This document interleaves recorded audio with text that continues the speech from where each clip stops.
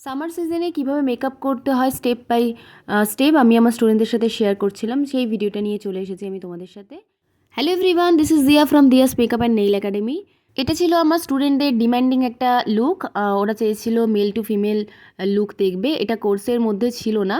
তো ওদের কথা রাখতে আমি চলে এসেছি এই ডেমনস্ট্রেশনটা নিয়ে। ফার্স্ট আমি ওর স্কিনটাকে ভালো করে প্রিপারেশন করে নিয়েছি, দেন আমি ইউজ করে নিয়েছি পিএসসির oil control primer.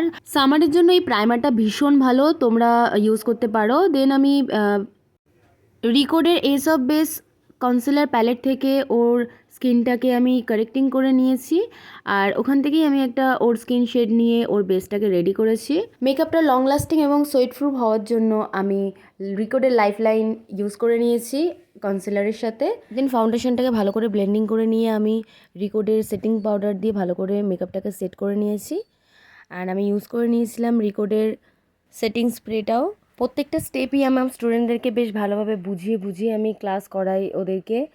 Face safe wise কীরকম কী কন্ট্রোল করতে হয় না হয়, ব্রাশ নানা রকম টেকনিক কীভাবে ইউজ করতে হয়, প্রোডাক্টের নানা রকম নলেজ, কোন সিজনে কীরকম কী মেকআপ হয়, কোন কোন প্রোডাক্ট কোন সিজনে ইউজ হয়, কোন স্কিনে কোন কোন প্রোডাক্ট ইউজ হয়, এই সব ধরনের নলেজ আমি আমার ক্লাসে দিয়ে থাকি আমার স্টুডেন্টদের।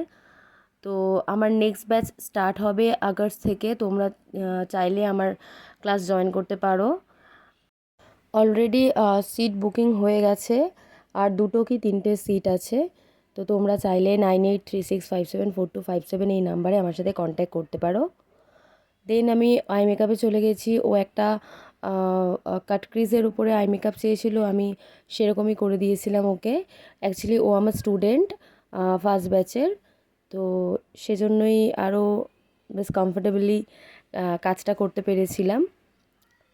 আর এই শ্যুটটা হঠাৎই ঠিক হয়, মানে ক্লাস ডেতেই ঠিক হয় যে এটা করব। তো হাতের সামনে যেরকম যা ছিল সেই দিয়েই শ্যুটটা কমপ্লিট করেছিলাম আমরা।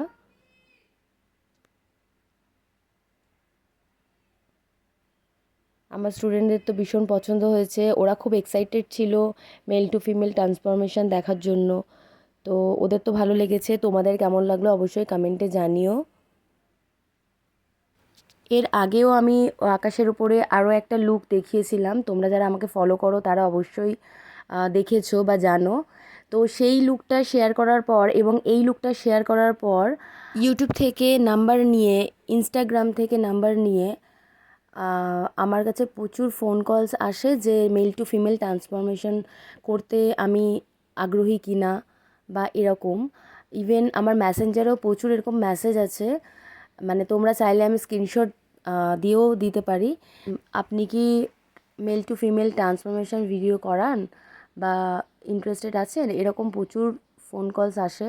তো আমি তাদের উদ্দেশ্যে বলছি, আমি কিন্তু একদমই এটার জন্য প্রস্তুত নই যে আমি সবাইকেই male to female transformation look provide করব।